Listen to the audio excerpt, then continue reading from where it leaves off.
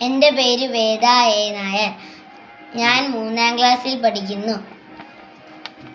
ഇന്ന് ജൂൺ 19 വായനാ ദിനം. വായനാ ദിന സന്ദേശം: ഒരു പുസ്തകം തുറക്കുമ്പോൾ പുതിയ ലോകം തുറക്കുന്നു. വായിക്കൂ, ചിന്തിക്കൂ, വളരൂ. ഒരു നല്ല പുസ്തകം ഒരു നന്മയുള്ള സുഹൃത്തിനെ പോലെയാകുന്നു. ഒരു കുഞ്ഞ് വായിച്ചുകൊണ്ടിരിക്കുമ്പോൾ ഒരു സമൂഹം വളരുന്നു.